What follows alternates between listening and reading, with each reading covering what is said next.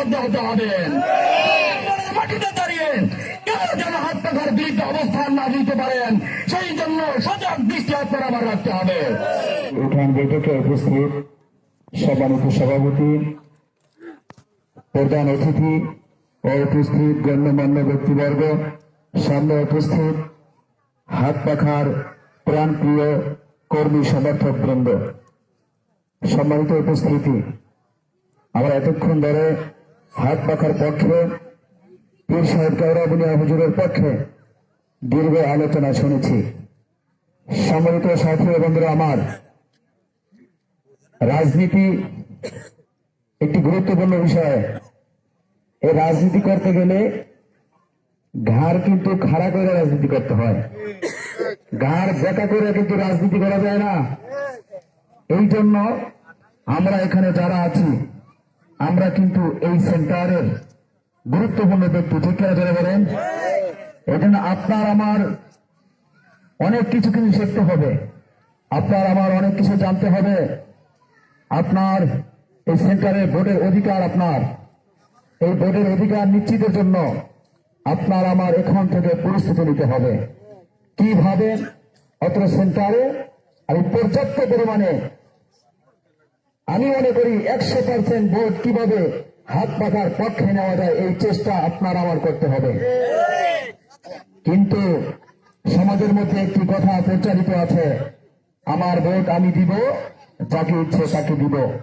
আসলে এই কথা সঠিক না ভাই, এটা আপনাদেরকে ভুল বোঝানো হচ্ছে।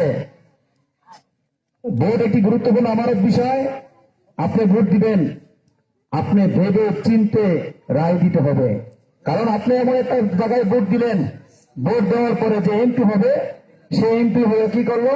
দুর্নীতি করলো, চাঁদাবাজি করলো, টেন্ডারবাজি করলো।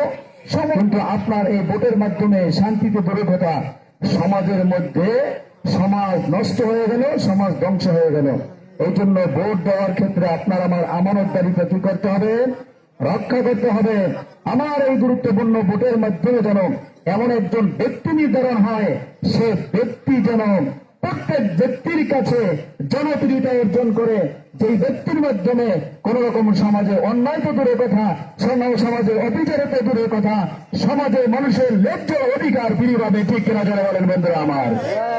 এই জন্য আপনার আমার কিন্তু এখন সিদ্ধান্ত নেওয়ার পালা, এখন সময় এসেছে আপনার আমার গুরুত্বপূর্ণ সিদ্ধান্ত নেওয়ার। এই জন্য একটা কথা বলি, গাছ এবং গাছের পাতা দুইটার মধ্যে কোনটার গুরুত্ব বলেন তো বেশি? গাছের মূল্য, গাছের শিকড়ের মূল্য বেশি না পাতার মূল্য বেশি? আমি মনে করি শিকড় এবং গাছের পাতা উভয়ের মূল্য বেশি। কিন্তু এই হাত পাখা মার্কার এই 6 নং গুরুত্বের ইমান আছে গাছের শিকড়। এই 6 নং গুরুত্বের ইমান কি যারা বলেন? গাছের শিকড়। গাছের শিকড় যদি না থাকে, গাছের কোন অস্তিত্ব থাকে যারা বলেন? থাকে না। এই জন্য আমার অন্য অন্য ইমান হচ্ছে গাছের ঢাল, গাছের পাতা। একটা গাছের শিকড় যদি না থাকে, ওই গাছের কোনো মূল্য থাকে না।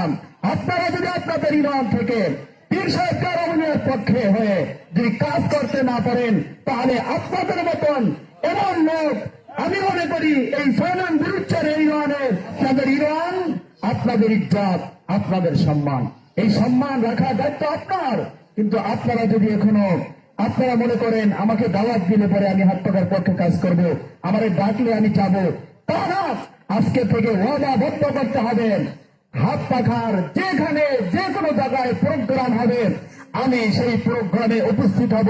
এমন প্রতিশ্রুতি দিয়ে ওয়াদাবদ্ধ যদি আমরা হতে পারি, ইনশাআল্লাহ এই 6 নম্বরের জয়ের মাধ্যমে পুরো বরগুনা এক আসনে আমাদের এমন ঢেউ প্রমাণ কম্পন সৃষ্টি হবে, আমাদের বিজয় সুনিশ্চিত হবে, ঠিক কিনা যারা বলেন?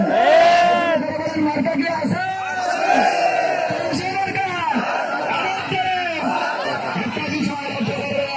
হুমকি দুমকি দেওয়ার মতন সুযোগ এই বরগুনা এক আসনে কোন ব্যক্তির নাই। আপনারা কিন্তু হুমকি দুমকির ভয় পাচ্ছেন।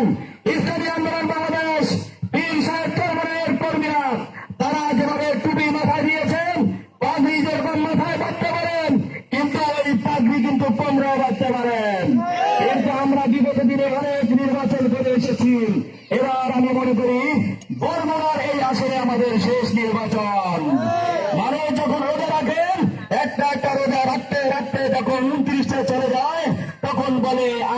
আগামীকাল মনে হয় ঈদ, পরের দিন মনে করে আগামীকাল ঈদ, যখন আবার চা দেবে তখন মনে করে ইনশাআল্লাহ আগামীকাল আর কোন রোজা হবে না, ঈদ হবেন।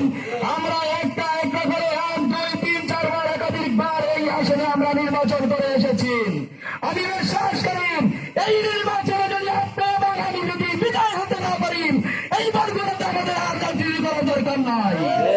এই জন্য রক্তচক্র উপেক্ষা করেন, বারগুলোর মাটি দেন, পীর সাহেব কারাবুনিয়ার হাতকে শক্তিশালী করার জন্য 6 নম্বরের সকল যুবক, 6 নম্বরের সকল বৃদ্ধ, 6 নম্বরের সকল জনগণের ঐক্যবদ্ধ হতে হবে। মাটিতে দাঁড়িয়ে কেউ যেন হাত পাখার বিরুদ্ধে অবস্থান না দিতে পারেন, সেই জন্য সজাগ দৃষ্টি আপনার আমার রাখতে হবে। এইবারে আমি আমার সংক্ষিপ্ত বক্তব্য শেষ করছি। নাসরুদ্দিন আল্লাহ ফতুন করিম।